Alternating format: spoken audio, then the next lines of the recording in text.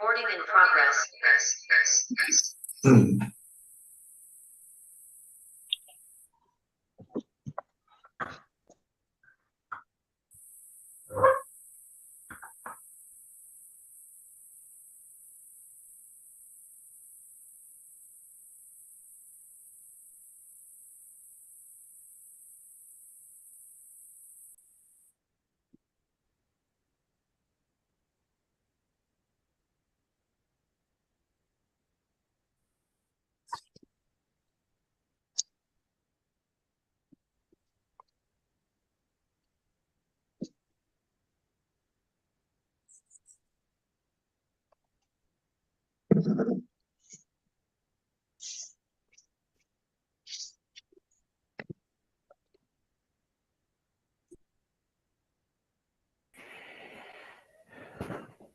Buenas noches a los que van ingresando y a los que ya están en la sala.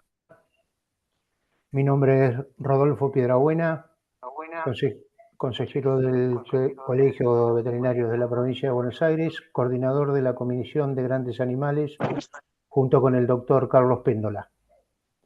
Queríamos invitarlo a participar de la 12ª Jornada Internacional de Veterinarias Prácticas que se va a realizar en Mar del Plata el 2 y el 3 de agosto.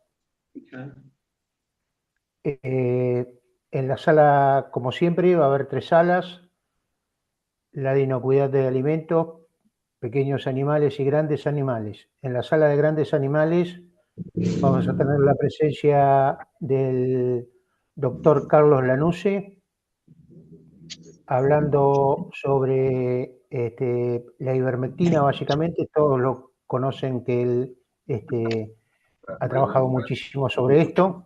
Después va a estar la doctora Marta Monina, que va a hacer un análisis de lo que pasó con la encefalomielitis equinas y si estamos preparados para afrontar un nuevo desafío de una zoonosis o de una epidemia. Después va a estar el doctor Jorge Ferrario, que se dedica a hacer ecografías para informar sobre calidad de carne, engrasamiento y demás. Y por último lo vamos a tener al doctor Ernesto Odriozola, que va a hablar sobre paratuberculosis, una enfermedad que está presente aún en los rodeos.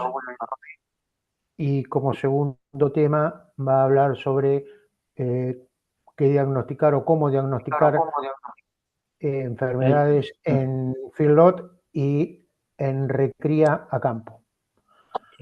Nuevamente los invitamos a todos a participar de estas jornadas.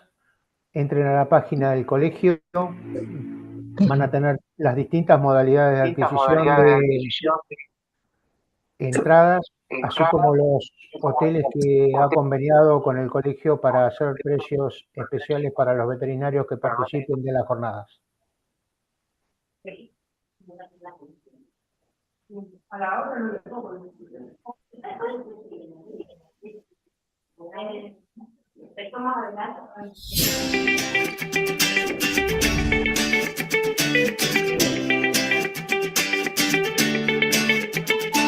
Los esperamos el próximo 2 y 3 de agosto a las 12ª jornadas del Colegio Veterinario de la Provincia de Buenos Aires en la ciudad de Mar del Plata.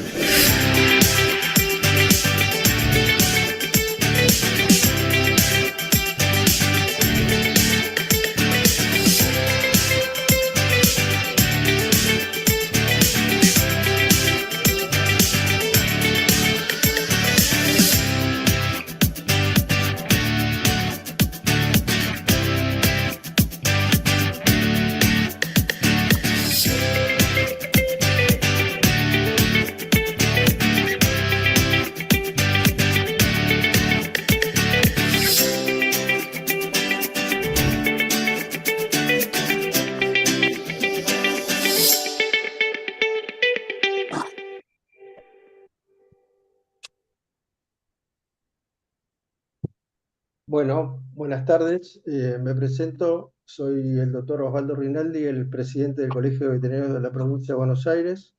Y ante todo agradecer la presencia de todos ustedes en esta convocatoria que ha hecho en conjunto FEBA y FECOVET con la participación del Colegio de la provincia.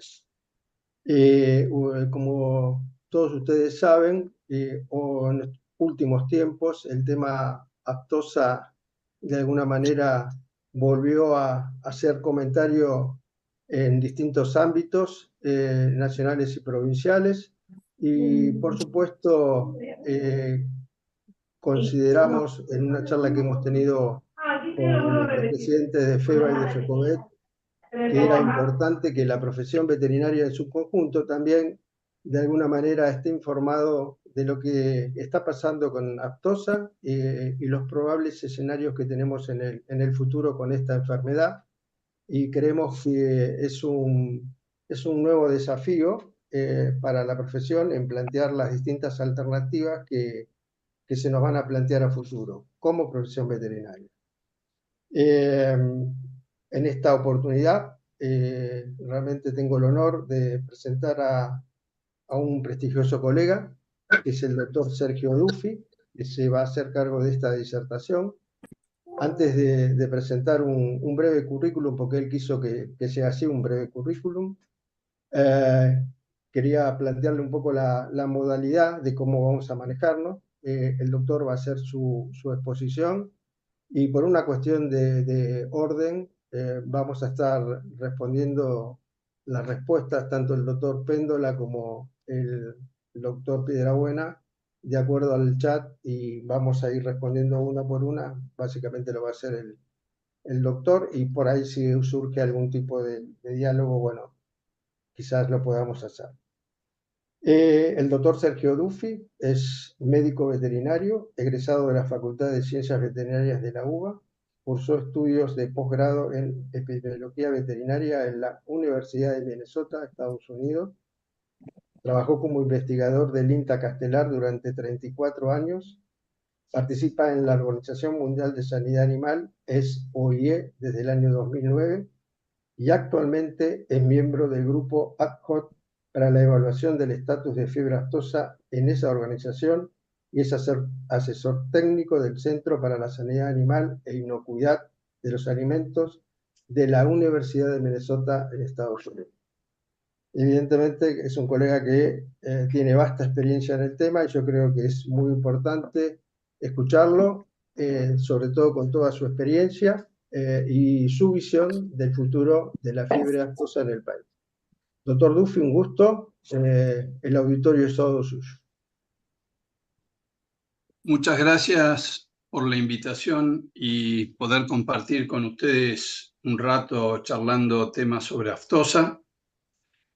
En primer lugar, voy a compartir la imagen.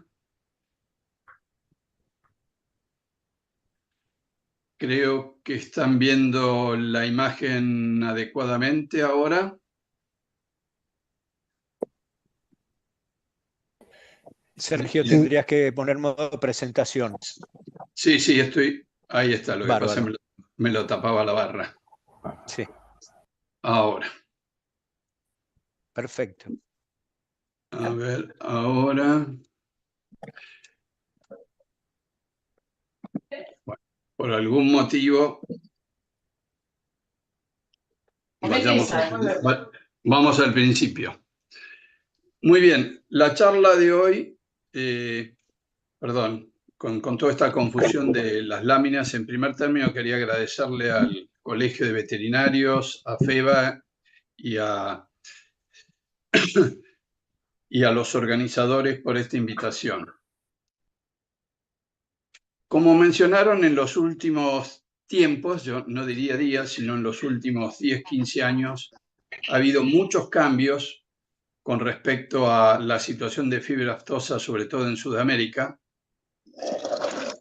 incluyendo muchas zonas y países que son enteramente libres ahora, y en los últimos 10 años también ha habido una serie de cambios con respecto a quienes vacunan y quienes no vacunan, y por eso creo que es un poco oportuno ver cuál es la situación actual y cuáles son los escenarios futuros que uno ve como probables. En esta disertación vamos a ver estos tres temas, tres bloques: la situación actual, los escenarios futuros. Terminaremos con un aspecto un poco parcial del rol del veterinario privado en esta situación. Entonces, la situación actual. La Argentina tiene todo su territorio libre de fiebre aftosa, eso ustedes lo tienen claro. Hay 3 zonas libres sin vacunación y 2 libres zonas con vacunación. ¿Cuál es el objetivo que tiene hoy el país? Yo creo que en eso estamos todos de acuerdo. Es mantener la condición de libre. Perdónenme un segundo, pero tengo esta barra que me molesta mucho. Ahí está. Es mantener la condición de libre en todo el país. Y la preocupación que tenemos al mismo tiempo es el riesgo de perder la condición de libre. Ahora, ¿cómo se produce la pérdida de la condición de libre? La pérdida de la condición de libre se produce porque un animal se infecta con fiebre aftosa. Y si un animal se infecta con fiebre aftosa es porque un animal susceptible fue expuesto al virus. Y ese virus tiene que haber venido de algún lado. Una alternativa es que en el país haya animales infectados y es lo que se llama circulación viral residual. Otra alternativa es que el virus haya venido desde otro país, desde afuera. Independientemente de cuál sea el origen, una vez que se infecta un animal, esa infección se difunde dentro del predio afectado y a partir de ese predio es muy probable que se difunda hacia otros predios. Ahora, si tenemos en cuenta la situación de la Argentina en estos últimos más de 15 años, donde no ha habido focos desde hace 17 y no hay evidencia de circulación viral desde hace por lo menos 15 años, podríamos decir que la idea de que haya circulación viral residual no es una idea que tenga fundamentos, por lo menos fundamentos sólidos. Por otro lado, si alguien pensase que todavía hay circulación viral residual, no tendría ningún sentido estar hablando de vacunar o no vacunar. Habría que vacunar y tendríamos que estar pensando en eliminar la fiebre aftosa del país, lo cual sería un gran contrasentido porque el país se autopercibe como libre y reclama derechos para exportar como país libre. Teniendo en cuenta esto, la única fuente de ingreso de virus sería proveniente de otro país. Y ese riesgo de perder la condición de libre la podríamos agrupar en 3 grandes grupos. El riesgo de introducción, es decir, el riesgo que el virus entre al país. El segundo paso es que ese virus que entró al país, ya sea por animales infectados, por productos de origen animal contaminados, por lo que sea, llegue a entrar en contacto con un animal susceptible de este país. Y eso es lo que se llama el riesgo de exposición. Si estos dos riesgos pudiesen ser controlados perfectamente, que desde ya les digo no es posible, no nos deberíamos preocupar por ninguna otra cosa, pues no habría ningún riesgo que un animal fuese expuesto a un virus. Pero sabemos que el riesgo de introducción y de exposición existe siempre.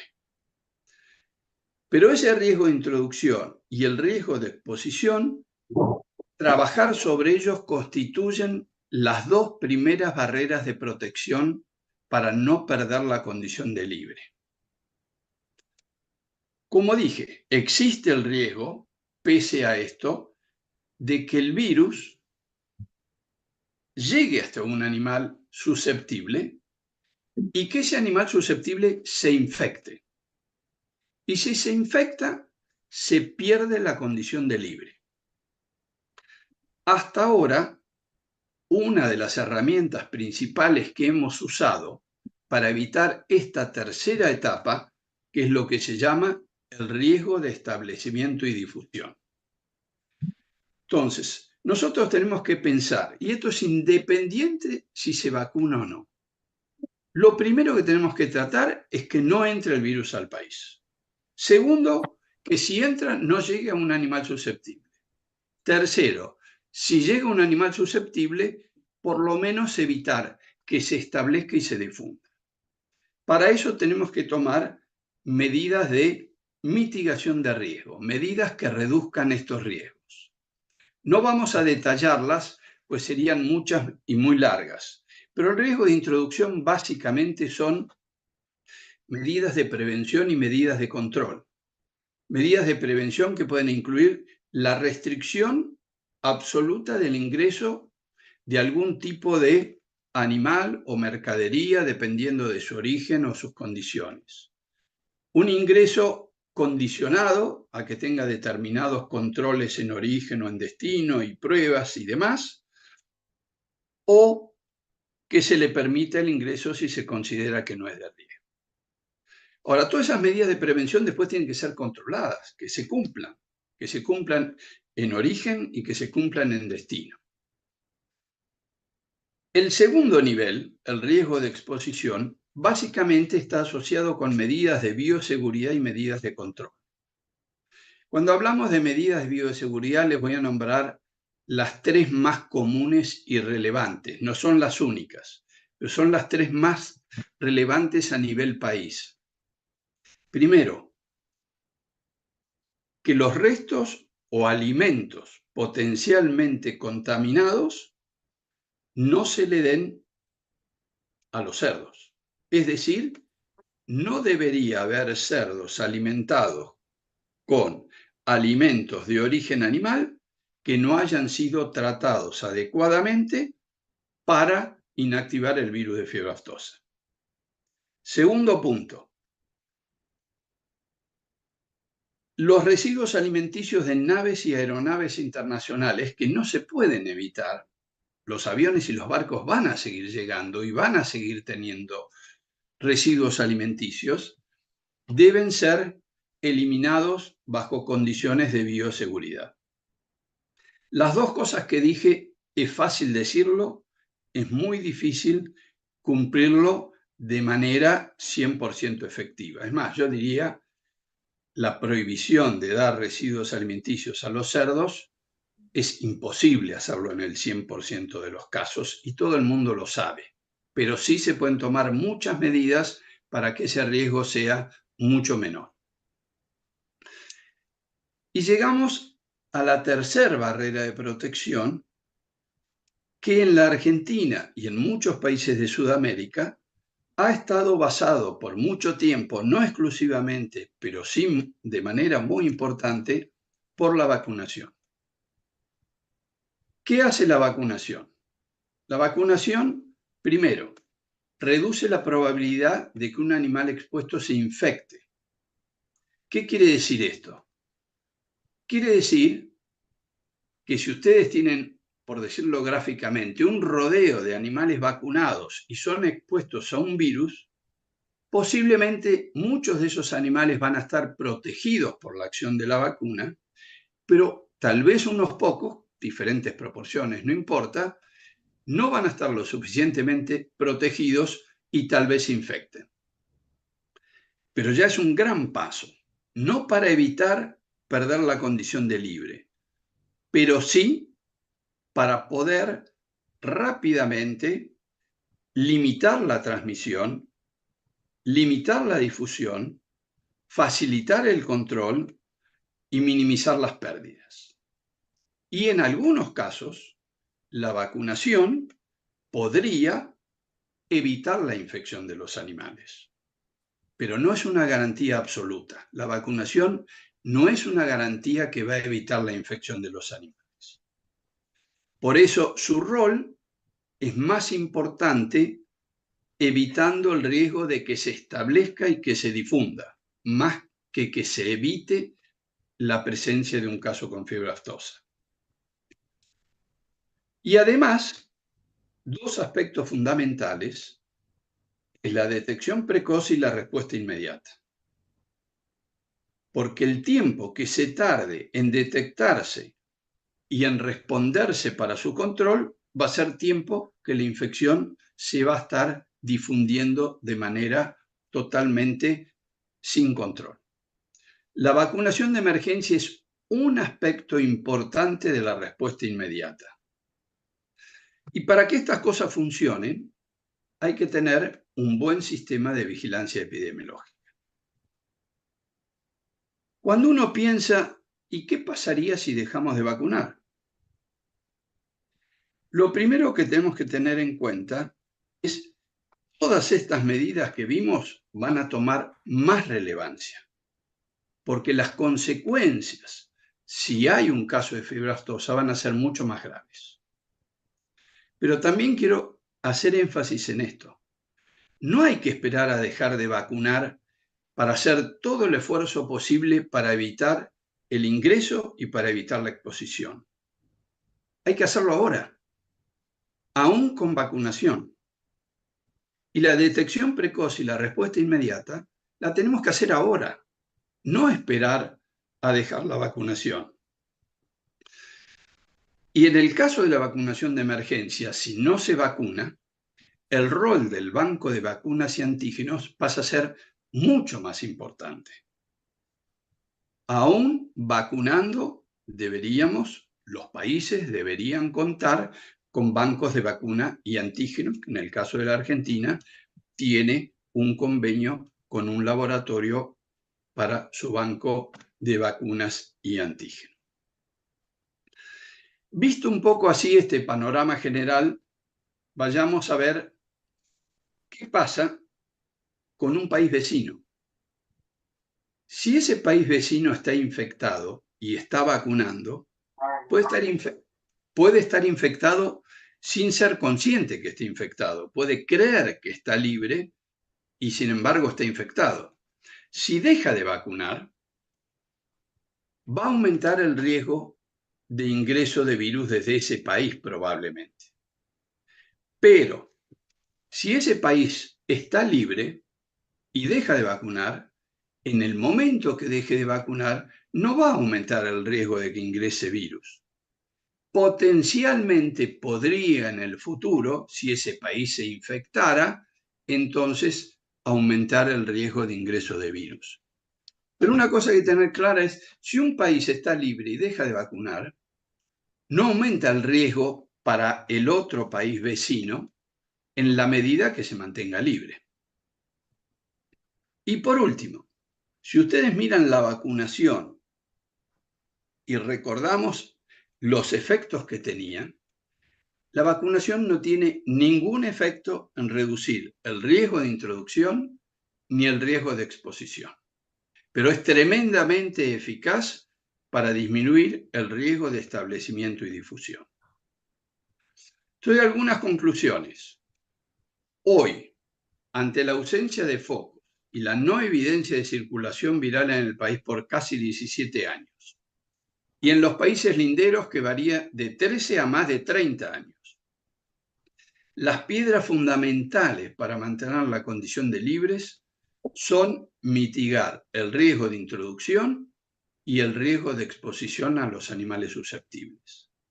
Y el objetivo actual es mantener la condición de libre. Si miramos un poco para atrás, la vacunación sistemática de los bovinos, basada en una excelente vacuna y un novedoso efectivo de programa de vacunación, fue la herramienta más importante para lograr el control y eliminación de la fiebre aftosa en Argentina y en la región. No la única, pero posiblemente la más importante. Pero tengan en cuenta que en ese momento el objetivo del plan era controlar y erradicar, no mantener la condición de libre. Hoy, la vacunación sistemática de los bovinos sigue siendo una herramienta útil como tercera línea de protección, reduciendo el riesgo de establecimiento y difusión del virus en caso de exposición de animales susceptibles al patógeno. Y por último, esta barra me está volviendo loco, pues me tapa las cosas. La vacunación o revacunación de emergencia es y será una herramienta fundamental para el control de un eventual reingreso de fiebre aftosa. Veamos un poco los escenarios futuros probables. Esta es la situación actual. Acá lo que estamos diciendo es en verde oscuro si se está vacunando, en verde claro si no se está vacunando. Y el gris, en el norte, donde está Venezuela, es que no tiene estatus. No tener estatus en la práctica significa ser considerado infectado. Si vemos, la Argentina está rodeado por Chile, libre sin. Los 3 estados que lindan con la Argentina son libres sin vacunación: Río Grande, Santa Catarina y Paraná. Bolivia tiene 2 zonas libres sin vacunación, pero la mayor parte o gran parte de lo que limita con la Argentina vacunaba hasta el año 2023. Y Brasil tiene alguna otra parte libre sin vacunación y el resto libre con vacunación. Ahora veamos qué se espera para el 24 de acuerdo a los anuncios que han hecho estos países. Lo que está en marrón es que el país ha comunicado que ha dejado de suspender, ha suspendido la vacunación. En el caso de Bolivia, desde septiembre del año pasado, suspendió la vacunación. Y en el caso de Brasil, tenía planeado dejar de vacunar en 16 estados y en el estado federal de Brasilia, y dejaba ahí en la puntita esa 6 o 7, no recuerdo bien, estados que iba a continuar la vacunación.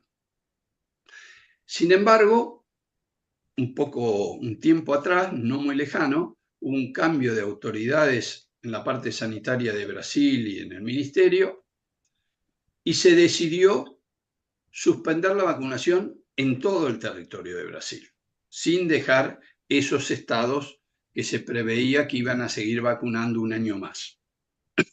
Es decir, es muy probable que en el año 2024, a fines del 2024 y el 2025 completamente, vamos a estar rodeados por Bolivia y por Brasil sin vacunación. Y yo me animaría a pensar como un escenario bastante probable que si Brasil y Bolivia no tienen eventos, que esperemos que todos deseamos que no los tengan, pues sería muy malo para la región, es muy probable que Paraguay piense en dejar de vacunar. Yo sé que hoy los productores no están muy contentos con la idea de dejar de vacunar, pero Paraguay está pensando en hacer un programa progresivo para dejar de vacunar. Está empezando a discutirse. Y Uruguay, la verdad, es el país que menos me preocupa, porque con vacuna o sin vacuna, ese país estamos muy convencidos que está libre de fiebre aftosa. Es decir, los escenarios van a cambiar. Y si miramos el mundo, ustedes miren, lo que es verde oscuro son libres sin vacunación. Centroamérica y Norteamérica es libre sin vacunación hace muchos años, por lo menos desde 1952. Y no han vuelto a tener otro ingreso de fiebre aftosa. Europa es libre sin vacunación desde 1992 y han tenido algunos pequeños reingresos. En el caso del Reino Unido, un gran ingreso en el 2001 con pérdidas cuantiosas, pero siguen siendo ahora todos libres sin vacunación. Australia y Nueva Zelanda y Japón también son libres sin vacunación. Rusia, gran parte, la mayor parte es libre sin vacunación, y la frontera sur tiene una gran parte libre con vacunación, que es lógico, pues todos los países que limitan con Rusia al sur son infectados. Y si miramos el mapa, podríamos decir África, el Medio Oeste, Asia y el sudeste de Asia siguen teniendo fiebre aftosa. Ahora, si pensamos, ¿cuál es el riesgo para Argentina que entre fiebre aftosa? ¿Animales vivos infectados? Por el comercio legal, en los últimos años prácticamente no ha habido ningún foco de fiebre aftosa asociado al comercio legal. Siempre es al ingreso ilegal. ¿Van a entrar animales infectados ilegalmente desde África o Asia o el sudeste de Asia a la Argentina? Muy poco probable, muy poco probable. Lo más probable es el ingreso de alimentos contaminados con el virus, a través de las personas que se mueven, a través del comercio, a través de los equipajes, diferentes formas. La Argentina obviamente hace todos los esfuerzos para mantenerse libre. Y yo creo que a veces se da un mensaje equivocado, en otros casos se aclara muy bien, que es la Argentina se ha mantenido libre gracias a que siguió vacunando. Y no le restemos méritos a la vacuna. La vacuna es un instrumento, yo diría, maravilloso. Pero para mantenerse libre, no ha sido la vacuna el principal instrumento. Y veamos en qué medida la vacunación sistemática de los bovinos actúa en el nivel de protección de la población susceptible de la Argentina. En la columna de la izquierda ustedes tienen población susceptible, la agrupamos en bovinos, pequeños rumiantes y porcinos. En la primera fila tenemos los diferentes serotipos. Van a notar que no está el C, porque en los últimos 20 años no se lo ha detectado. Se considera, es muy difícil decir que se ha extinguido, pero se considera que no es relevante hoy. El serotipo A, el serotipo O, el Asia1 y el SAT1, 2 y 3, que son virus que originalmente estaban confinados al territorio de Sudáfrica. Hoy en día, ya desde hace algunos años, el SAT2 se ha difundido más, ha llegado al Medio Oeste y recientemente ha llegado al norte de África, a Túnez, Argelia y Libia. Pero aclaremos que ninguno de estos cuatro nunca ha circulado en América. Nunca ha circulado en América ninguno de estos cuatro serotipos. Serotipo A y O. El O es el más prevalente en el mundo y el serotipo A es el segundo en prevalencia y el más variable, el que más suele complicar a las vacunas, porque tiene más variantes. ¿Qué pasa si entrase un Asia o cualquiera de los tres SAT? El nivel de protección conferido tanto en los bovinos, como en los pequeños rumiantes, como en los porcinos, por las vacunas que usamos nosotros, sería prácticamente nulo. Si entrase un serotipo A o un serotipo O, hay que tener en cuenta que la vacuna en la Argentina tiene el A24 y el A2001 y el O1 campos. Podría tener un muy alto nivel de protección, podría tener un grado de protección parcial, un grado de protección muy baja.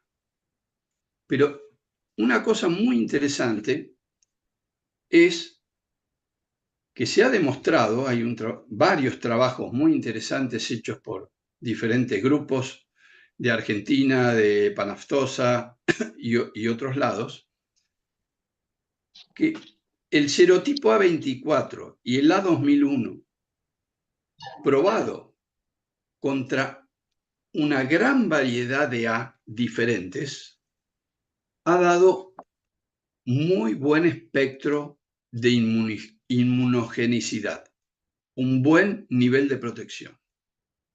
No son todas las variantes que hay y tampoco sabemos las variantes que van a venir en el futuro. Pero sin duda es muy alentador saber que la vacuna que tenemos tiene un alto espectro inmunogénico de protección. Y el serotipo O, que es nada más que el O1 campos, también. El O1 campos solo tiene un alto nivel de protección contra otros serotipos, incluso de otro linaje de los O. Eso es algo muy alentador. Ahora, ¿qué pasa con los pequeños rumiantes y los cerdos? Nulo, porque no se vacunan. Y si pensamos que es probable, o más probable, que ingrese a través de alimentos contaminados y llegan al contacto en los porcinos, ese es un problema importante. Uno pensaría, bueno, pero si es muy probable que entre por los porcinos, los bovinos, ¿qué ganamos vacunándolos? Yo creo que hay dos cosas a tener en cuenta. Primero, la experiencia de Sudamérica es que ni los porcinos ni los pequeños rumiantes son especies capaces de mantener por sí solas la fiebre aftosa. La persistencia de la fiebre aftosa, la endemicidad de la fiebre aftosa en Sudamérica siempre estuvo asociada a los bovinos. Entonces, aunque entre por los porcinos, el mayor riesgo, si entra por los porcinos, no es que se difunda a otros porcinos, que por supuesto es un riesgo. El mayor riesgo sería que pase a la población bovina, porque ahí sí la difusión sería mucho más fácil. Entonces, sería una gran ventaja tener los bovinos también protegidos.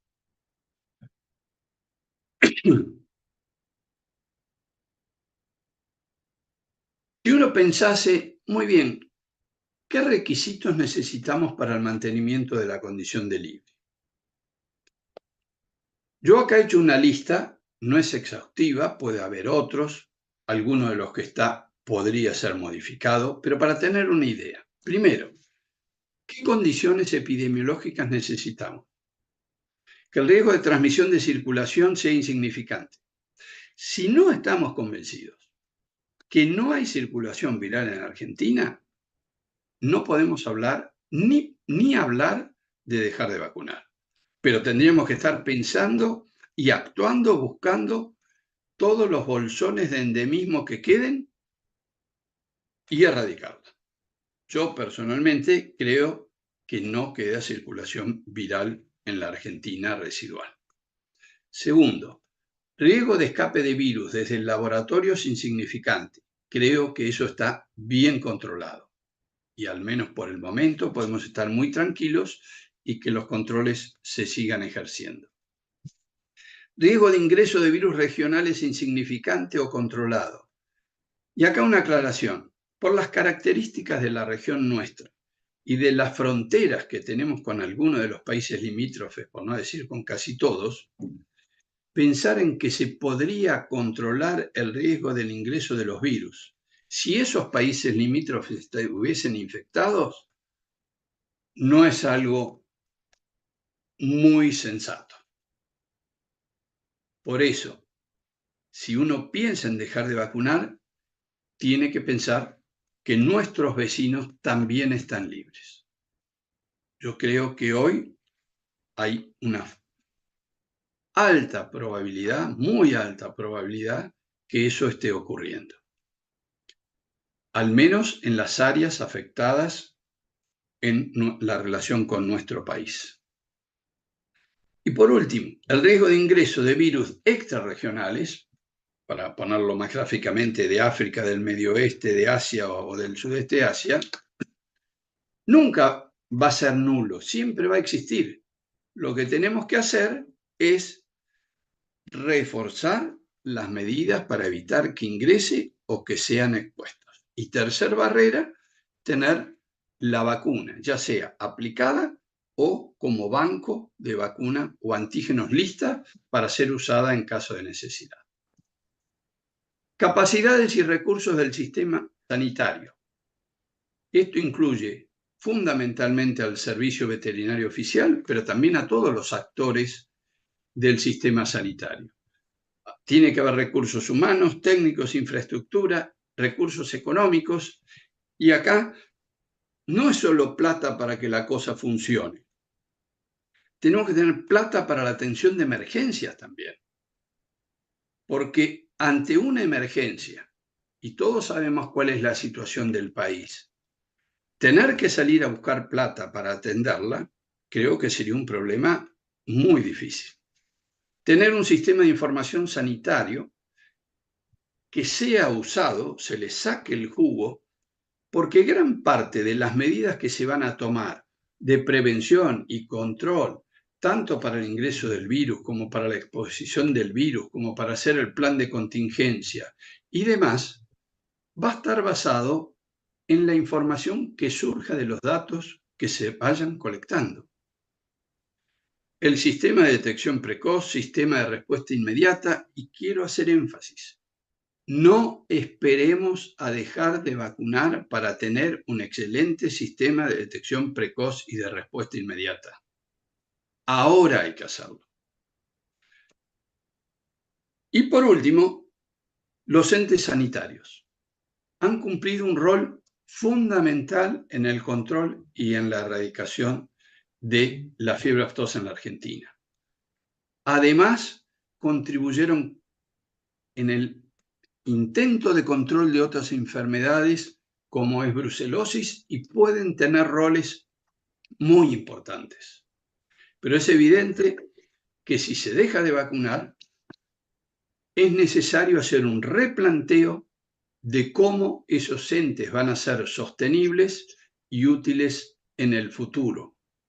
Yo no tengo la respuesta. Hay gente que ha trabajado mucho con los entes y creo que eso obviamente debe ser pensado antes de dejar de vacunar. La gran pregunta, ¿hay que suspender la vacunación? Que es la que hace mucha gente ahora. Yo creo que es una mala pregunta. Yo creo que lo que hay que pensar hoy es cuándo y bajo qué condiciones se consideraría conveniente suspender la vacunación. ¿Por qué hay que suspender la vacunación? La respuesta ya está dada hoy. Ya se ha tomado la decisión. Hoy es seguir vacunando. Pero tenemos que pensar en el futuro. 2 años, 3, 4, 5, 7 más adelante. ¿Qué puede pasar si Brasil deja de vacunar, Bolivia deja de vacunar, no hay focos, Paraguay deja de vacunar, no hay focos, Uruguay deja de vacunar, no hay focos? ¿Vamos a seguir diciendo, no, acá vamos a seguir vacunando para siempre? Yo creo que no. No va a ser sostenible. No estoy diciendo, por favor, que hay que suspender. Lo que digo es que el tema hoy es cuándo y bajo qué condiciones se consideraría conveniente suspender la vacunación. Y esto debe ser discutido, propuesto y plasmado en un programa. Y en esa elaboración y en esa discusión tienen que participar los diferentes sectores involucrados bajo la coordinación del Servicio Veterinario Oficial. La discusión tiene que incluir no solo aspectos sanitarios, sino también económicos. Uno obvio que no hemos nombrado es que dejar de vacunar nos va a dar más rédito económico que seguir vacunando. Y políticos. Tiene que haber consenso y compromiso de los actores en la decisión que se tome. Desde mi punto de vista, esto tendría que comenzar lo antes posible. A Brasil le llevó casi 10 años la discusión y la elaboración del plan progresivo para dejar de vacunar. Último bloque, el rol de los veterinarios privados. Han tenido y tienen diversos roles dentro del ambiente de la lucha contra la fiebre aftosa. Yo me quiero enfocar en uno, en la detección precoz y notificación de sospechas. La detección precoz y notificación de sospechas en todo el mundo para este tipo de enfermedades está basada en la vigilancia clínica pasiva, en que alguien vea un animal sospechoso. Ahora, para que esa sospecha se transforme en algo útil, tienen que darse una serie de eventos, muy rápidamente. Un animal tiene que ser expuesto al patógeno, ese animal se tiene que infectar, el animal infectado tiene que mostrar signos clínicos compatibles con alguna enfermedad, alguien tiene que observar esos signos clínicos y acá hay un punto clave. El que vea los signos clínicos tiene que ser capaz de reconocer que esos signos clínicos son compatibles con una enfermedad de notificación, que es importante, y tiene que notificar a la autoridad sanitaria. Todo eso es el periodo que se llama de notificación, y por la experiencia en el mundo lo común es que tarde entre 7 y 30 días, más cerca de 30 que de 7, y hay casos que pueden ser de más de 30, pero lo común es eso. Son muchos días que pasan hasta que se notifica. La segunda parte es, una vez notificada, ya es el servicio veterinario, tiene que hacer la inspección del predio, la inspección de los animales, hacer la investigación epidemiológica, tomar muestras, enviar los datos y las muestras para su análisis, y de ese análisis, que es el periodo de investigación, estas cosas, va a salir un diagnóstico, descartando la sospecha o confirmando la presencia de aftosa. Si se confirma, habrá que intervenir a través de los planes de contingencia que existen.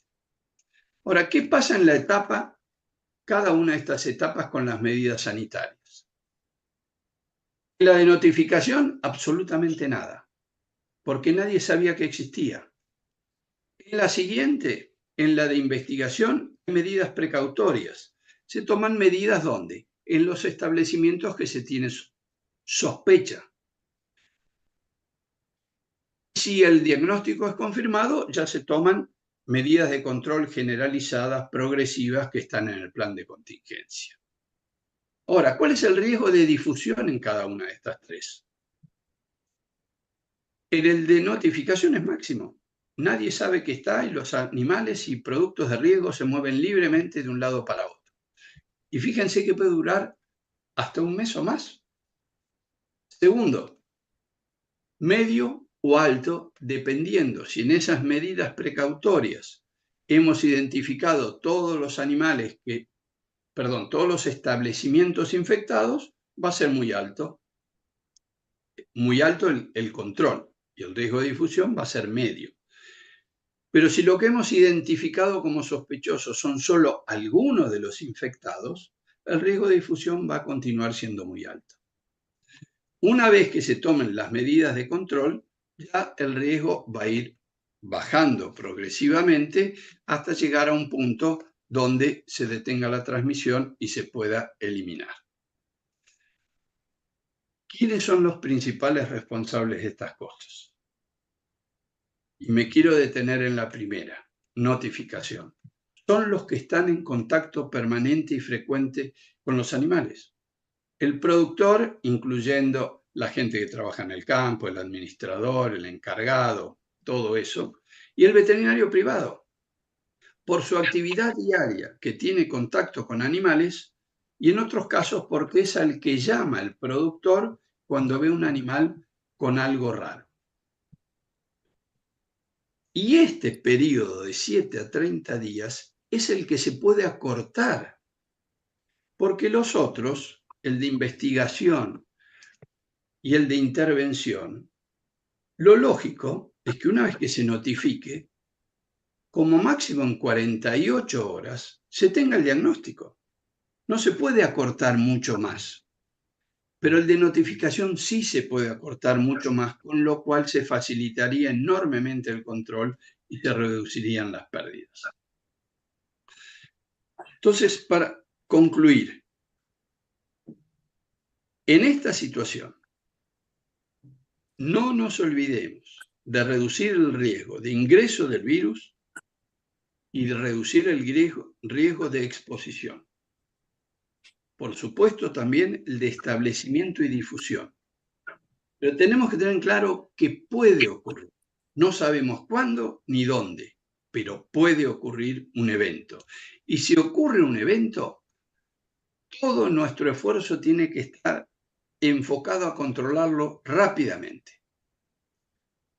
Pero ese control tiene una piedra basal, que es la detección y la notificación, donde ustedes, los veterinarios privados, tienen un rol fundamental. Su actividad diaria y el contacto con los animales posiblemente sea una de las fuentes más valiosas que hay para la detección y notificación.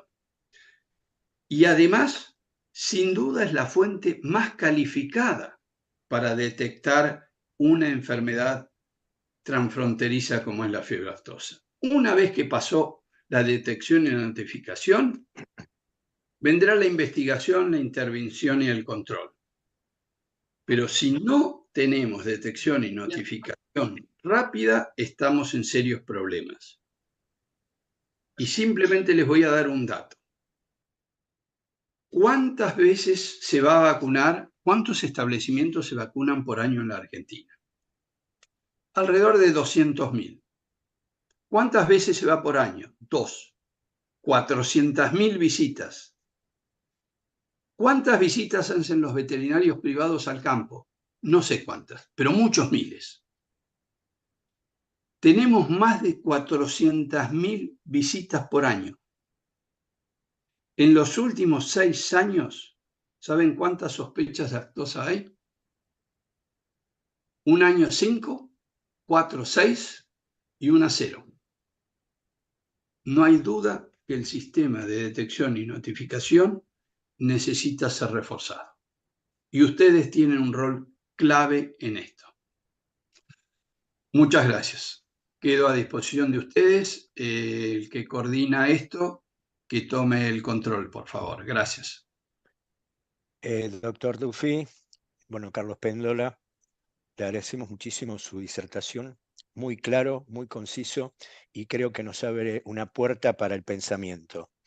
Sin duda, como dice usted, y voy a reforzar algunas de las cosas que usted ha dicho, y me parece que es fundamental. En primer lugar, que sí, que tenemos focos rojos, digamos, en Sudamérica tenemos Venezuela y después tenemos África, Asia, etcétera, etcétera. La globalización es cada vez mayor, el comercio de las mercancías también, y todos los fómites que pueden venir con ellos pueden ser un factor de riesgo. Ahora, me parece que es importante tener en cuenta no solo estos factores, sino también todo lo que usted ha dicho sobre lo que hace a la vigilancia epidemiológica, a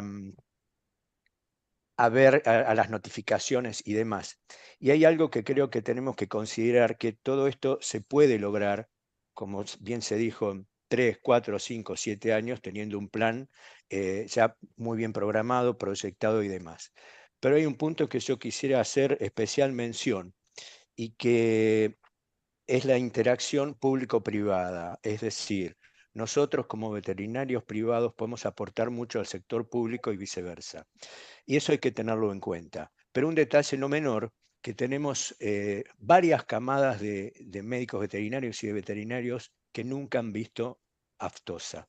Entonces me parece que nosotros desde los colegios, consejos, desde las federaciones como FEBA y FECOVET, tenemos que trabajar mucho en eso y trabajar también en lo que es la notificación de enfermedades confundibles. Y otro tema no menor, la bioseguridad de los establecimientos agropecuarios.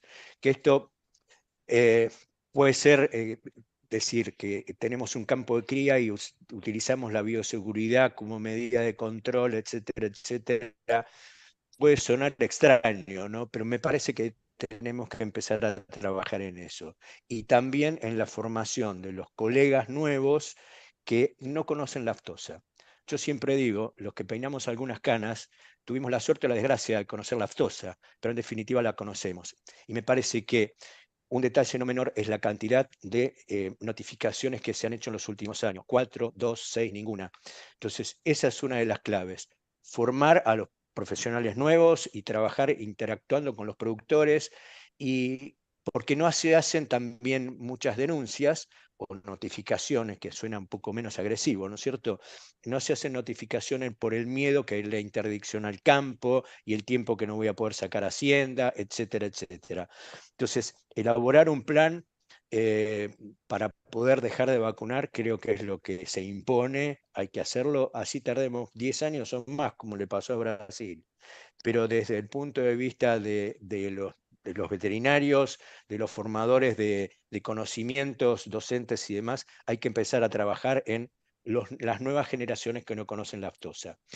Con esto termino y quiero dar paso a las preguntas que, si se complica y son muchas, les pedimos que se hagan por escrito en el chat, pero acá hay una mano levantada que es de Andrés, no me sale Mauri, hasta ahí llega lo que sale en pantalla.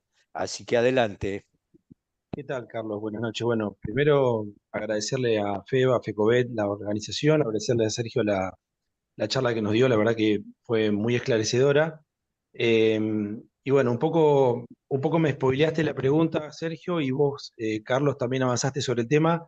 Creo que lo fundamental y la principal debilidad de nuestro sistema de control de la erradicación o de control de la erradicación de la fiebre aftosa es la falta de denuncia. No tenemos denuncia de enfermedades que sean diferenciales de fiebre aftosa. No tenemos los veterinarios privados ni los productores inculcada la importancia de la denuncia, que es una fortaleza de un sistema y no una debilidad.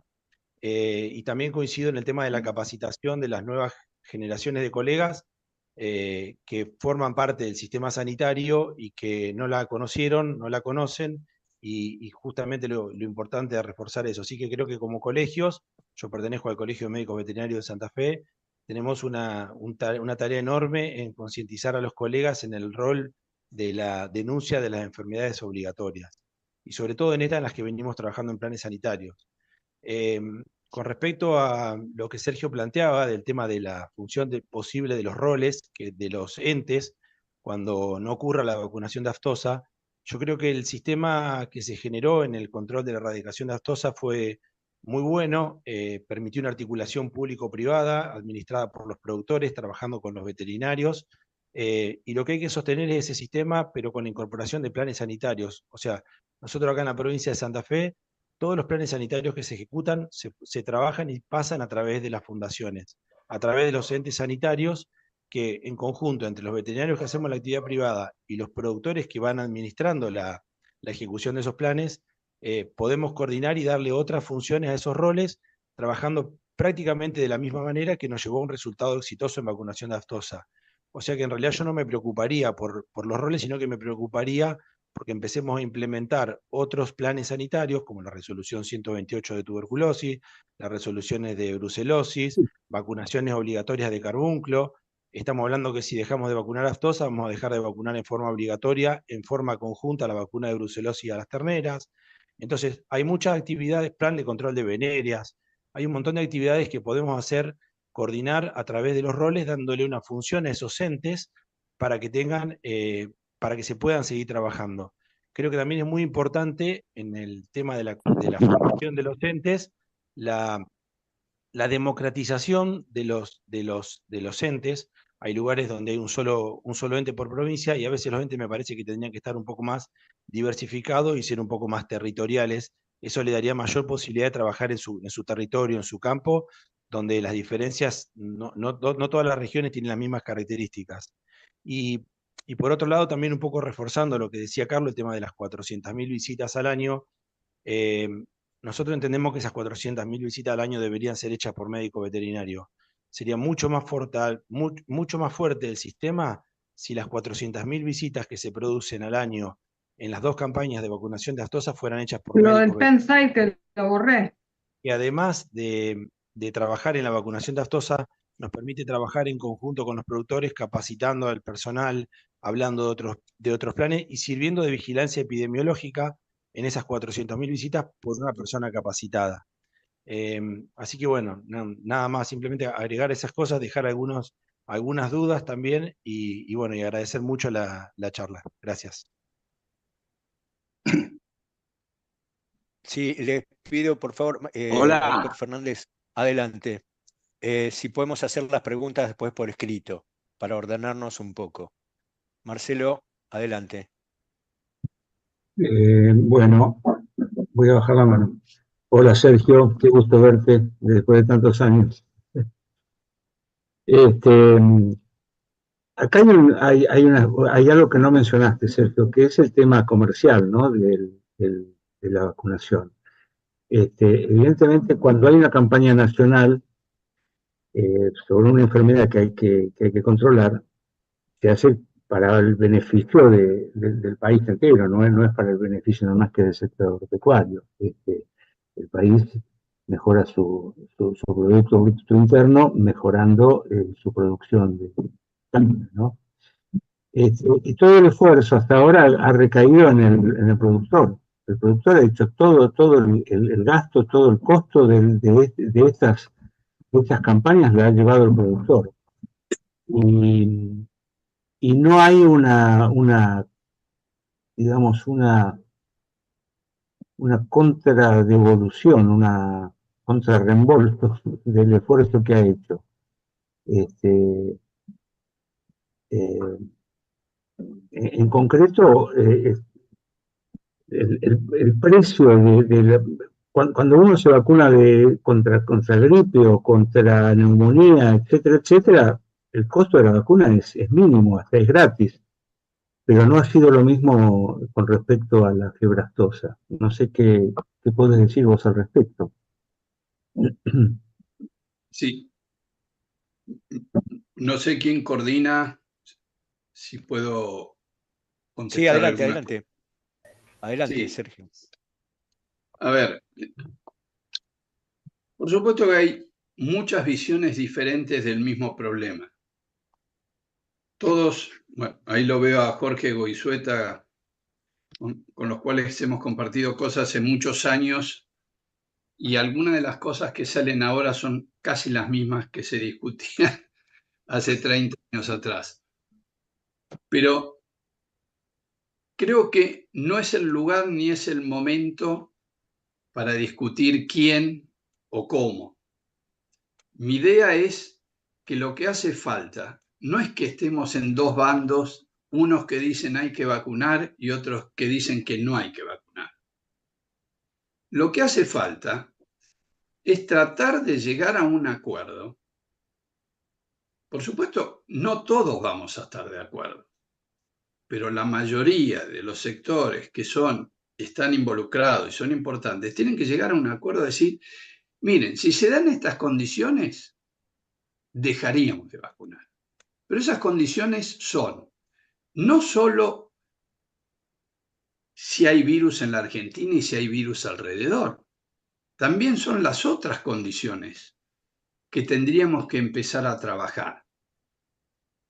Ahora, ahí Andrés planteaba los entes o la financiación. Bueno, hay que sentarse y conversarlo y llegar a un acuerdo, por lo menos una mayoría. Ahora, con respecto a los sectores que aportan y no aportan, así fue. Históricamente sabemos que hay sectores muy beneficiados que han aportado poco. En otros países, en Uruguay, se generó un fondo de emergencia que llegó a ser tan grande que lo pararon, sacando una alícuota de cada animal faenado donde participaban productores y la industria. Brasil también, el sector privado contribuyó en una parte muy importante en el fondo de emergencia. Ahora, cada país tiene que buscar alguna solución, porque decir vos tenés que, sabemos que mucho resultado no da.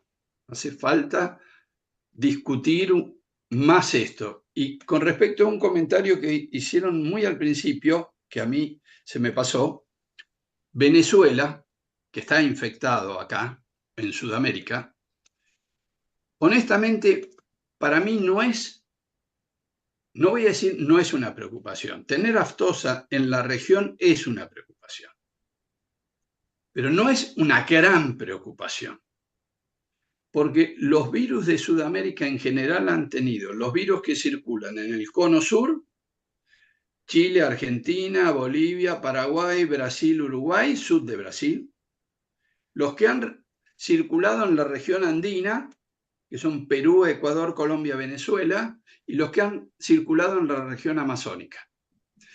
Y prácticamente no ha habido cruces de virus de una región a otra. Nuestra relación y riesgos con Venezuela es muy poco, y hoy menos, por unas cuestiones de poco comercio. Bueno, no quiero ocupar más el tiempo y dar lugar a las preguntas. Hola, Voy a leer una al que pregunta. coordina. Hola, sí, ¿quién es el que coordina? Yo, Carlos Péndola. Hola, Carlos sí, Péndola. ¿puedo tomar la palabra?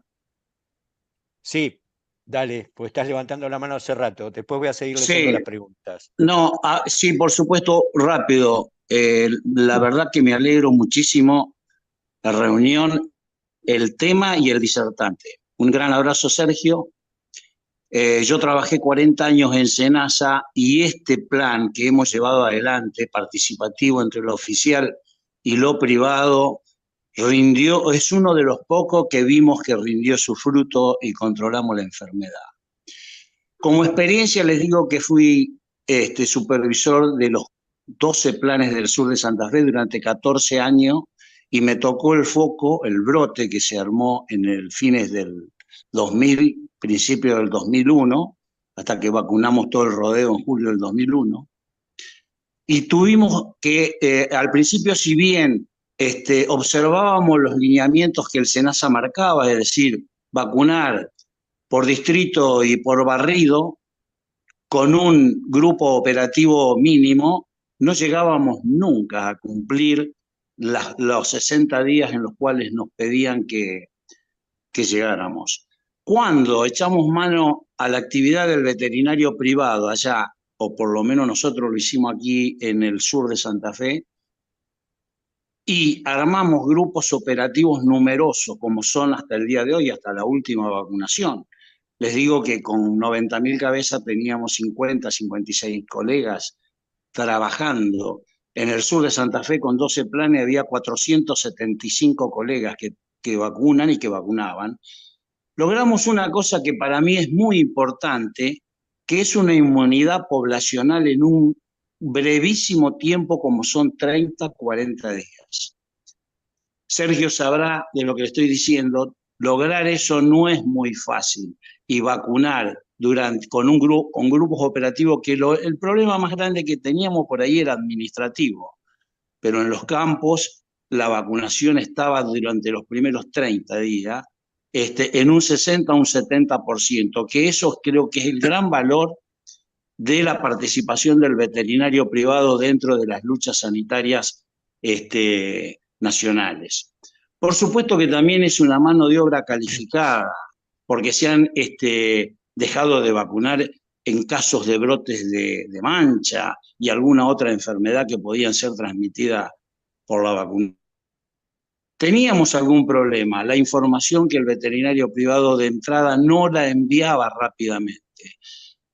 Hicimos lo que se llama el marcha plan y analizábamos plan por plan en 2 ítems, que era vacunación y envío de documentación, y así se fueron corrigiendo muchísimo. Hoy por hoy la función de los entes es fundamental. Yo estoy totalmente de acuerdo, ya el presidente de la primera circunscripción dijo todos los planes que se llevan adelante.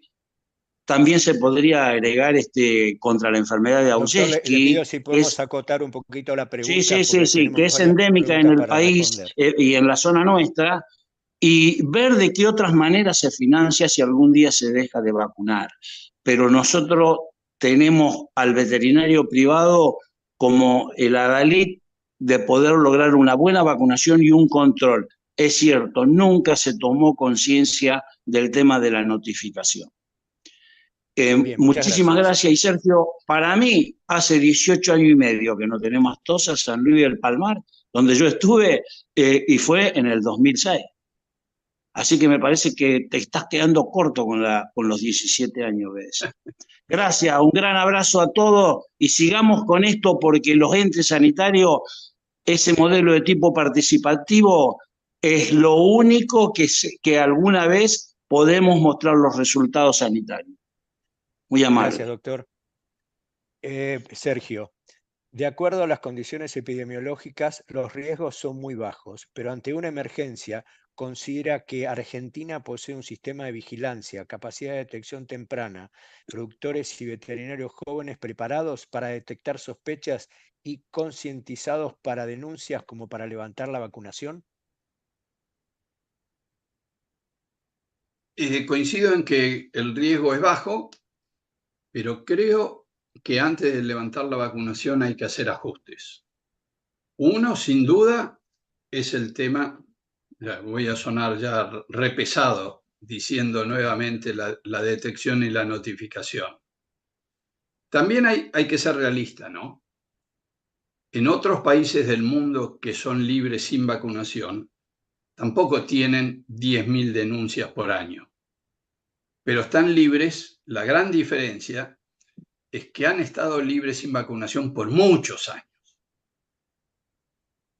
Entonces, yo creo que hoy, para levantar la vacunación, hay que hacer ajustes. Uno, yo lo mencioné, el animal va a presentar signos clínicos. Si se está vacunando va a ser mucho más difícil de notar esos signos clínicos y va a haber menos animales con signos clínicos. Pero el que los ve tiene que estar capacitado de reconocerlos.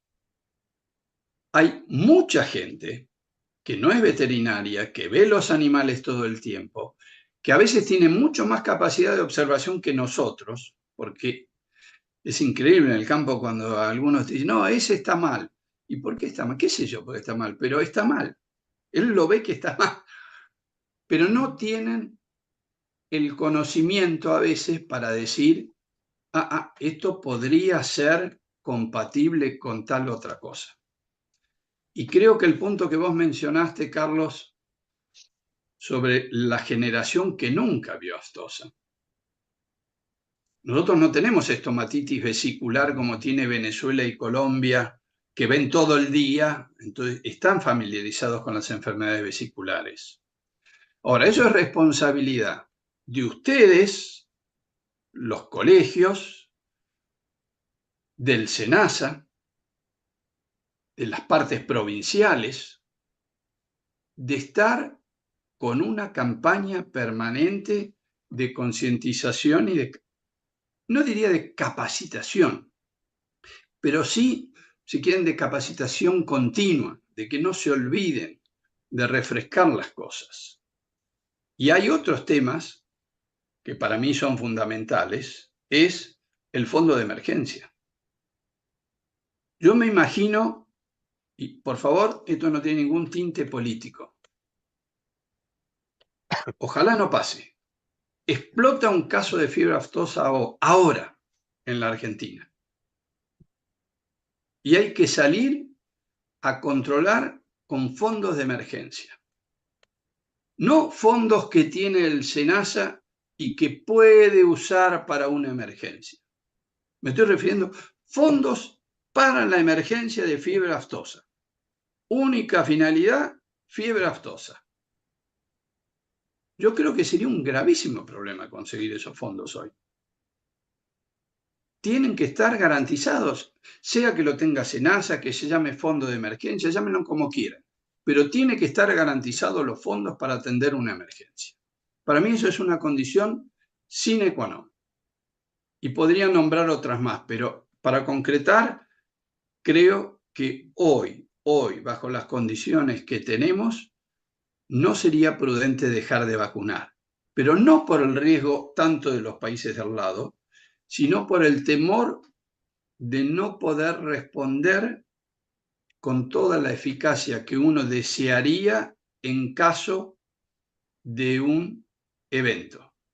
Y quiero dejar otra cosa clara. No estoy diciendo que SENASA no está en condiciones. SENASA tiene sus capacidades y tiene muchas cosas buenas. Pero hay cosas que van más allá del SENASA y que hacen falta y que me parece que no están hoy. Gracias, Sergio. Me voy a permitir pasar un parroquial, pero FEBA, FECOBET y el Colegio Veterinario estamos trabajando en lo que es ver cómo capacitar colegas y demás para poder zanjar esta grieta que tenemos, ¿no?, entre las generaciones. Por eso, para que sepan que estamos en eso, y me parece que es muy importante, sobre todo el sector privado, poder apoyar al sector público en esta situación. Voy con otra pregunta. Sergio, ¿cuál consideras que es el riesgo de los búfalos ubicados en fronteras? ¿Se suma el riesgo que no desarrollan síntomas evidentes? A ver, el riesgo de infección de los búfalos sería el mismo que el de los bovinos en la frontera. No hay una diferencia en cuanto a la susceptibilidad. Ahora, que los búfalos presenten menos signos clínicos, honestamente, no estoy seguro, no lo sé. Si presentan un bovino vacunado y un búfalo vacunado, estoy seguro que los dos es probable que si tiene una buena inmunidad, va a tener muy pocos signos clínicos. Muy pocos. Lo que pasa es que en una población de animales, lo común es que haya algunos animales que no tengan buen nivel de inmunidad, porque siempre pasa. Y esos pocos son los que generalmente dan el alerta. Pero no podría decir si los búfalos... Realmente no creo que tengan más riesgo porque sea un búfalo y esté en la frontera, para nada. El riesgo de infección va a estar dado por la probabilidad de que un virus entre en contacto con un búfalo y un bovino. Y si uno mira la frontera de Paraguay, es tremendamente permeable a cualquier animal con 4 patas y 2 patas. Sí. ¿Por qué tanta preocupación por la introducción de la enfermedad por aviones y gente si en los últimos 25 años los brotes se dieron por contrabando de animales? Bueno, creo que la explicación es muy simple. Hasta que digamos hasta el año 2006 o algo así, la región estaba infectada.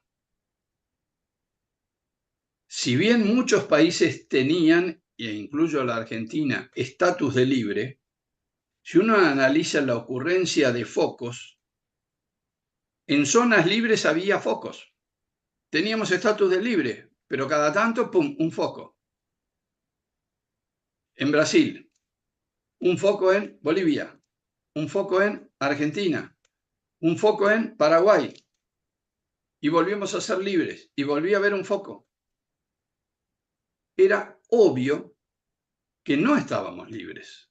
La región no estaba libre, más allá que algún país pudiera o no estar libre.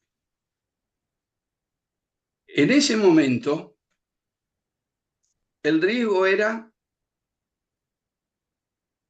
imposible de controlar. ¿Cómo controlan que no haya contacto entre los animales de Paraguay y Bolivia, de Paraguay y Brasil, de Brasil y Bolivia, de Argentina y Paraguay, de Argentina y Bolivia, cuando en algunos de los casos que nombré, el mismo propietario tiene el campo en un país y en otro país? Y ni hablemos de la posibilidad de mover animales. La experiencia la tuvimos. Cuando hay un factor de riesgo determinante, que es el valor de la hacienda. En el momento que el valor diferencial justifique el contrabando, va a haber contrabando. No se va a poder parar. Hoy, todos esos países vecinos no solo tienen el estatus de libre, sino que como mínimo tienen 12 años sin registro de focos y sin evidencia de circulación viral, haciendo una vigilancia mucho mejor que la que se hacía en los 90. Entonces, hoy creo que el riesgo de que entre por animales infectados de la región es bajo. Puedo estar equivocado, pero honestamente creo que es bajo, es muy bajo.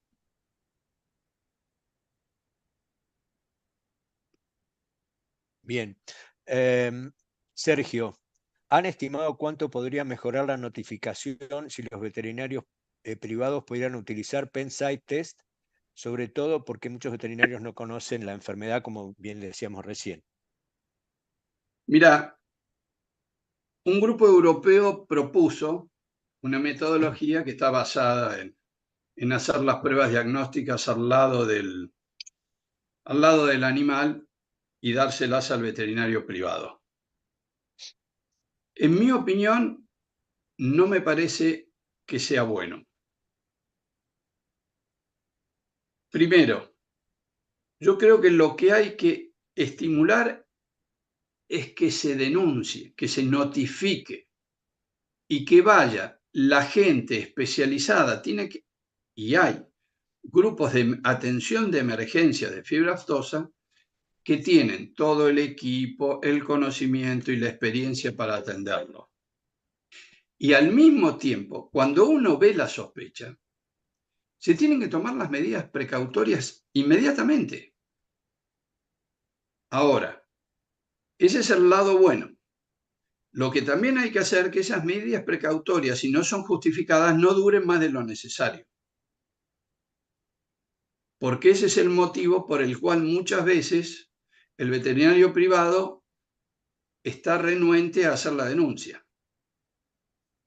Porque le interdictan el campo, se tarda en el diagnóstico, que en el caso de fibra aftosa yo creo que el diagnóstico es muy rápido. Hoy en día sería muy rápido. Pero en otras enfermedades sabemos que se puede demorar mucho y eso genera renuencia en la denuncia.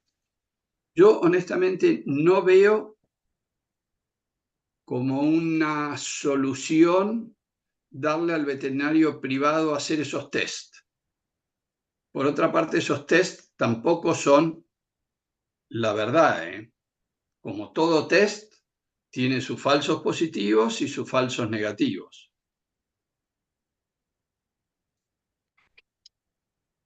Bien, acá una pregunta que viene del canal de YouTube. Quisiera conocer la opinión de comenzar con dejar de vacunar a los adultos y continuar con los menores. Un animal vacunado varias veces mantiene altos títulos de protección. A ver, en la discusión de qué condiciones habría, también está cómo dejar de vacunar. Hay diferentes alternativas. Una sería progresiva, que en definitiva lo que uno está haciendo es decir, pues dejo los animales adultos que después de 2 años todavía tienen buena inmunidad y pruebo a ver qué va pasando de a poco. Yo creo que es una decisión más política y de transición entre dos posturas que una cosa realmente epidemiológica. Si uno va a dejar de vacunar, puede decir, dejo de vacunar los mayores, pero tiene que decir, ¿y después qué? ¿Qué hacemos con los menores? ¿Cuánto tiempo los vamos a vacunar? ¿10 años? Lo tienen que plantear. Es una alternativa. Otros países lo hacen por regiones. Yo creo que la Argentina no está en condiciones de hacerlo por regiones en las zonas que vacuna. Pero no me parece que sea una cosa determinante. No lo veo como improbable, que cuando se decida dejar de vacunar, si algún día se decide, se tome, y bueno, empecemos con los mayores, que si pasa algo, los mayores todavía tienen inmunidad, los menores se siguen vacunando y después de tanto tiempo vemos si todo va bien, dejamos los menores. Es una alternativa. No creo que sea la gran solución tampoco. Bien, bueno, hay varias preguntas relacionadas con el tema que acabas de tocar, Sergio, así que creo que están contestadas. Otra pregunta más. ¿Cuál sería, a su criterio, un buen incentivo para mejorar las notificaciones? Que creo que es un punto crítico en el sistema. Espérenme un segundo, pues se me está por apagar la computadora. Adelante. La tengo que enchufar.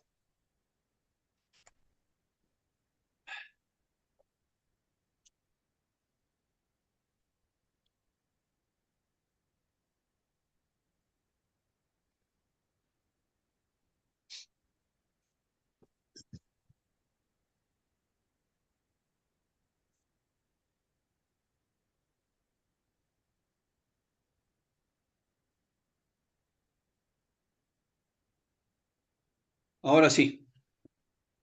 Perdón, ¿me puedes Suele repetir pasar, la ¿eh? pregunta? Sí, cómo no. ¿Cuál sería, a su criterio, un buen incentivo para mejorar las notificaciones?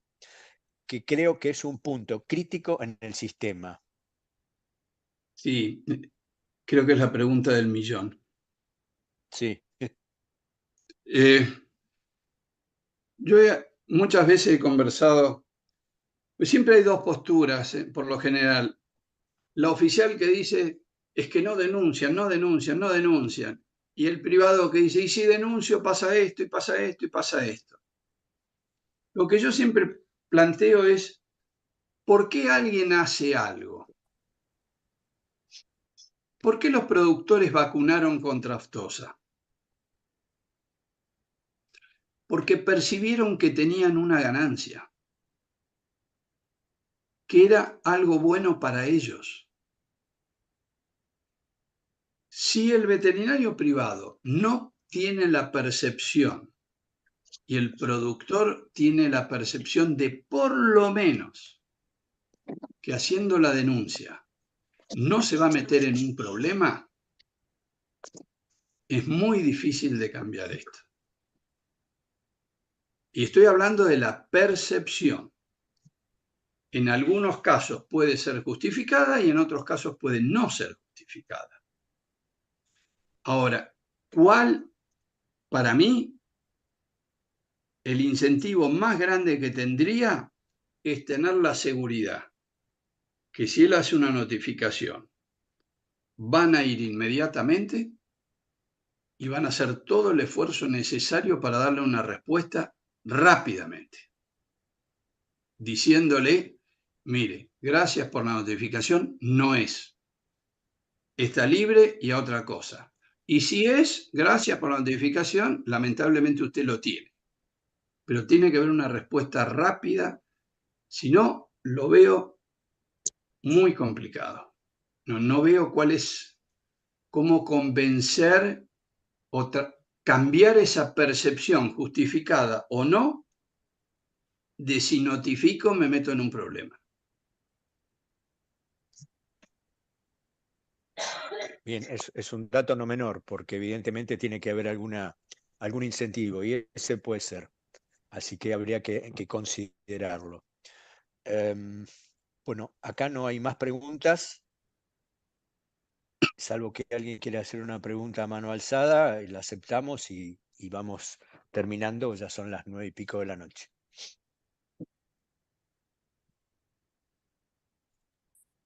Andrés.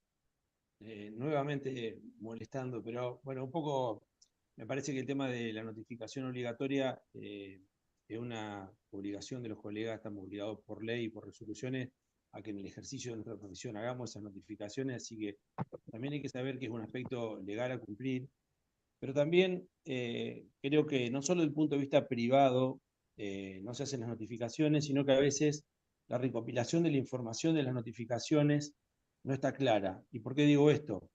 Nosotros desde el 2022 largamos el sistema de certificaciones online, de certificaciones de todas las acciones en planes sanitarios en los colegas de la provincia de Santa Fe, y tengo registradas 600 denuncias de animales reaccionantes a faena, que son denuncias de animales reaccionantes a los planes de brucelosis y tuberculosis. No son pocas denuncias, son muchas denuncias. Lo que pasa es que el sistema sanitario no está armado para recibir esa información y poderla implementar, para poderla entender. Entonces, yo tengo registrado eso. Nosotros el otro día cuando hicimos una reunión por el tema de ingresar a los colegios como entes sanitarios, lo que le pedíamos también a SENASA es tener una sola vía oficial de denuncia. Nos pasa a los colegas que muchas veces cuando estamos a campo, en una oficina local te piden que denuncies escrito en un papel, en otra que mandes un mail, en otra que llames por teléfono, en otra no te reciben la denuncia porque no saben qué hacer. Entonces, si bien entiendo que es una falencia muy grande de los colegas, entiendo que el sistema en sí no está armado para recibir la denuncia y para interpretarla. Entonces a veces nos pasa, esto que vos decías, Sergio, de que no tenemos la certeza de la resolución pronta del problema que estamos denunciando. Incluso me pasó con colegas, cuando fue el brote de encefalomielitis equina, cuando un colega hizo una denuncia oficial de una sospecha lo primero que hicieron las autoridades sanitarias fue pedirme que llame al colega para pedirle que baje la denuncia, porque estaba denunciando una enfermedad que no estaba diagnosticada.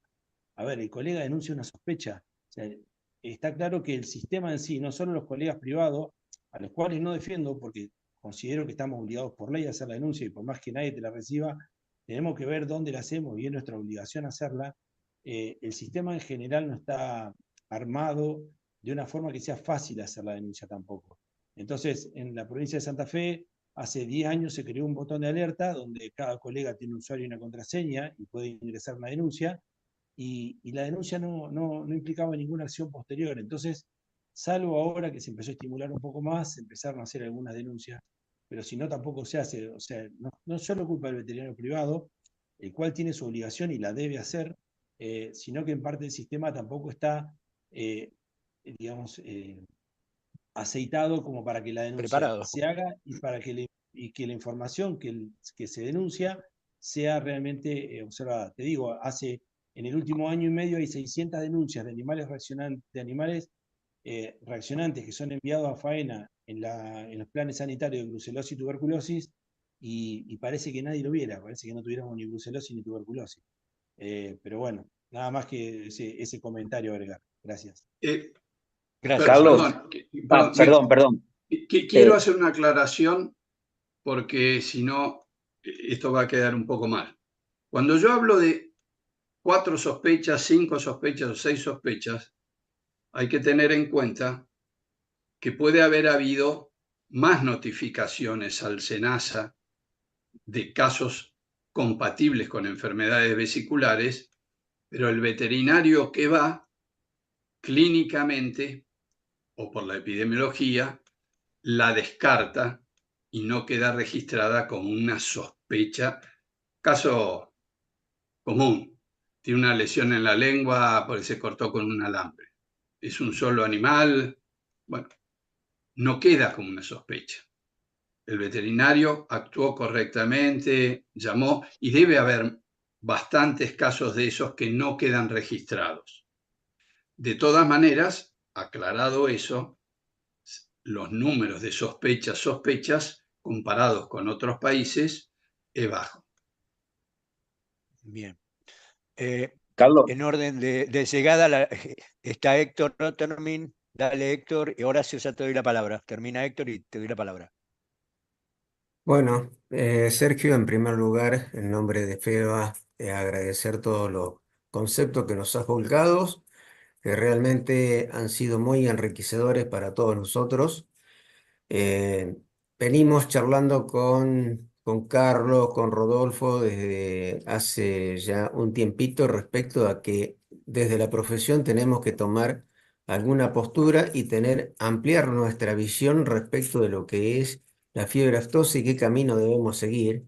Más cuando participamos, yo lo vengo haciendo desde hace muchos años en la Comisión de Sanidad Animal del CBP o en la COSALFA, y hay un denominador común. Vos mismo lo dijiste, el tema de las notificaciones, y se pone en duda por parte de nuestros vecinos cuál es nuestra situación real, porque nosotros presentamos que no tenemos circulación viral, presentamos todo un panorama bárbaro, y entonces nos preguntan, pero ustedes no tienen notificaciones cuando... Déjame, Carlos, decir a ver si estoy equivocado, creo que era Paraguay. Presentaron que en los últimos 2 años habían tenido 4.000 denuncias de enfermedades vesiculares. Y nosotros no tenemos más de Exactamente, 4, no Paraguay. tenemos, exacto. Nosotros no tenemos más de 4 o 5, como vos bien lo dijiste. Entonces, en la COSALFA teníamos la posibilidad a través de un QR que escaneábamos ver las preguntas que se hacían y había un interlocutor que la filtraba, pero realmente las preguntas eran muy filosas en contra de Argentina, porque justamente dudaban de muchísimos aspectos relacionados a lo que nosotros presentamos y no se reflejaba el tema de la no circulación viral con notificaciones que dijeran realmente, no es fiebre aftosa. Pero bueno, no me voy a extender un poco más porque hay muchísimo para charlar de esto. Agradecerte nuevamente en nombre de FEBA y nos has enriquecido para que nosotros, desde la profesión en general, la profesión toda, podamos seguir discutiendo y ver cuáles son realmente el futuro que tenemos que encaminar en nuestro país respecto de la fibra aftosa. Así que muchísimas gracias, Sergio. Horacio, tu turno. Bueno, gracias, Carlos. La verdad que felicitarlo a Sergio, la verdad una charla bárbara, muy clara. Eh, Coincido plenamente en todo lo que dijo, en muchas cosas que estamos trabajando, pero no me voy a alargar en el tema porque la verdad que no quería hablar, pero simplemente me voy a contestarle al colega de Santa Fe. Ya lo hemos visto en algunas charlas que he dado yo por el tema Actosa. La denuncia se la puede hacer de cualquier forma, en la oficina local, por teléfono o por la app. Hay una aplicación que tiene Senasa que se llama Notificaciones Senasa. De cualquier forma, y Senasa, la oficina local, tiene la obligación de en 12 horas, 24 horas, estar en el campo para atender la sospecha. Somos conscientes que es el tema más flojo en los puntos que estamos trabajando si alguna vez se toma la decisión. Estamos trabajando fuertemente en el banco antígeno, estamos actualizando el plan de contingencia. En muchas cosas que dijo Sergio lo estamos trabajando, ustedes lo saben, Carlos, Héctor, lo hemos trabajado. Lo que no se puede mejorar es el tema de la vigilancia pasiva. En eso estamos flacos, yo no sé si es porque no hay un fondo, el productor tiene miedo por la interdicción. Hoy una muestra que ingresa a la mañana, a las 7 de la mañana, vía ómnibus o vía avión, a las 2 horas ya tenemos el PCR que dice es aftosa o no es aftosa. Después se le pueden hacer todas las otras diferenciales, pero al mediodía el campo ya se levanta la interdicción.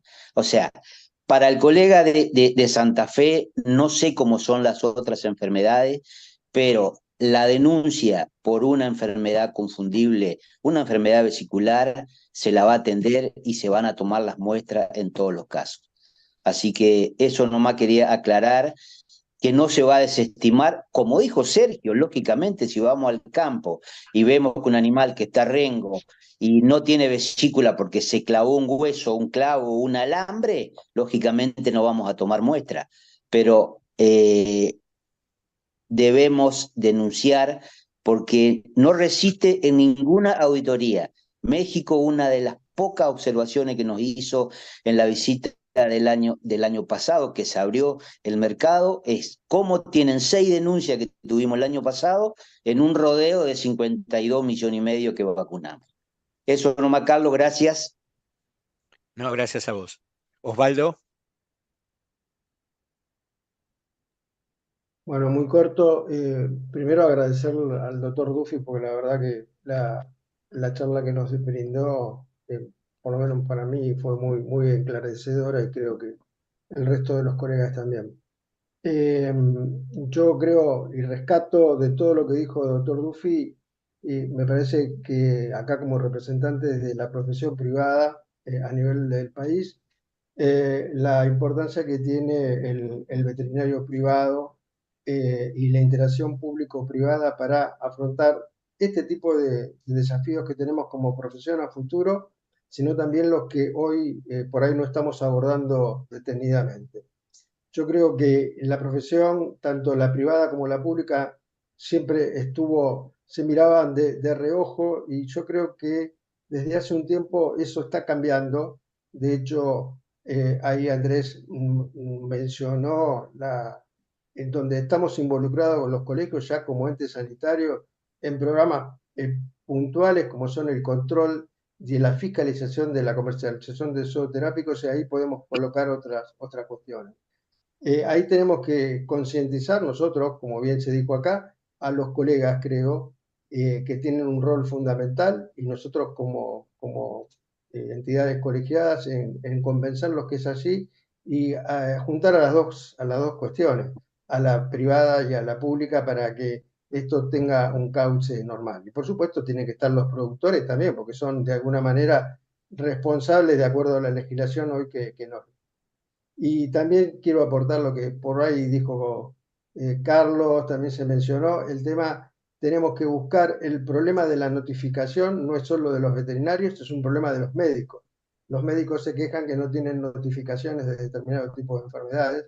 Y bueno, tenemos que buscar, no sé si hay algún incentivo, porque usted, doctor Duffy, de alguna manera dijo que el productor tenía un incentivo y el incentivo era económico, porque de alguna manera estaba cuidando su producción. Bueno, tenemos que buscar de alguna manera el incentivo ya para que el colega también se vea de alguna manera facilitado para hacer esa notificación. Y a veces por ahí habría que entender todo y explicar mejor que la intervención del SENASA, porque me parece que ese es el miedo que tienen, de la represalia, como se habla, hacia el colega que hace la denuncia y lo que le cabe al establecimiento. Bueno, de alguna manera tendríamos que ver de qué manera se adecúa eso hacia el futuro. Y reiterar las gracias, doctor Duffy. Bien, no habiendo más preguntas y siendo casi las 21:30, vamos a ir cerrando esta reunión, que por demás fructífera. Muchísimas gracias, Sergio. Muy claro, muy conciso, y me parece que esto nos llama también a todos a la reflexión, ¿no es cierto? Ver cómo podemos empezar a manejar todo este tema y sobre todo el de las notificaciones. Y Horacio, vos diste un pie muy importante, saber que en 2 horas el resultado está, cosa que yo desconocía, por ejemplo. Es importante también para transmitirlo y transmitirlo a los productores y al resto de los colegas, que esto se puede salir rápidamente de la situación, para un lado o para el otro, pero nos permite trabajar de otra forma. Así que desde ya, Sergio, muy agradecidos en nombre de las 2 federaciones, FECOBET, FEBA y del Colegio de Veterinarios de la Provincia de Buenos Aires, por tu participación y por tu exposición.